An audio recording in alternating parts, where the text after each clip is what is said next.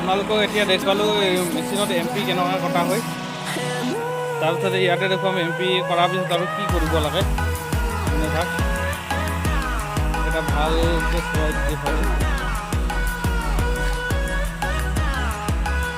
এইটো গছ দেখিছেনে? এইটো মেচিনে কটা গছ হয়। এইটো চব একেবাৰে সমানকৈ কটা হৈছে। এনেকুৱা কৰি গোটেই সমানকৈ কাটি থোৱা আছে। এইটো কি কৰিব, এইবোৰ ডালবোৰ দেখিছেনে? এইটো কলম কটাৰীয়ে এনেকুৱাকৈ সমানকৈ কাটি লৈ পিনি এতিয়া মেচিনত কাটি পিনি সমান হৈ আছে। এতিয়া চলিয়া কৰিব লাগিব গোটেইকেইটা। এইকেইটা দেখিছেনে? এইকেইটা ঘাঁহ এইকেইটা চব কাটি পিনি এইটোতো মানে ঘৰতে কাটি পিনি এইটো মুখটো বনাব লাগিব। এতিয়া মেচিনৰে কাটিলে কিছুমানবোৰ ডাল বেয়াও হৈ ইয়াত চাওক। এইটো ডাল দেখিছেনে কেনেকুৱা হৈ গৈছে? এইটো কাটি দিব লাগিব। কলম কটাৰীয়ে এইটো কাটি পিনি উঠাই দিব। সেইটো থাৰ্ড অপাৰেশ্যন বুলি কোৱা হয়।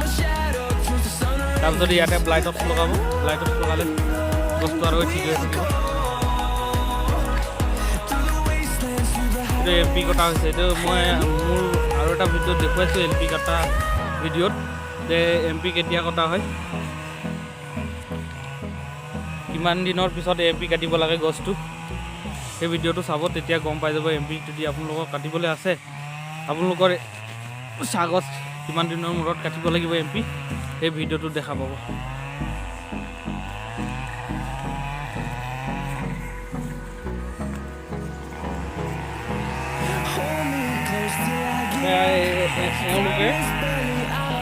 এওঁলোকে নিৰিকত কাটি আছে। 800 কাটে একদিনত হাজিৰা। তাৰপিছতে তেওঁলোকে দিনটো যদি কাটিব বুলি ক'লে কমেও 2000তকৈ 2500 গছ কাটি দিব পাৰে এনেকুৱা মেচিনত যদি MP কাটো বুলি কৰে। তাৰপিছত আৰু এনেধৰণে যদি মেচিনত আৰু DS কটা হয়, DS কাটো বুলি ক'লেতো 4000লৈকে কাটিব পাৰে একদিনত মেচিনত।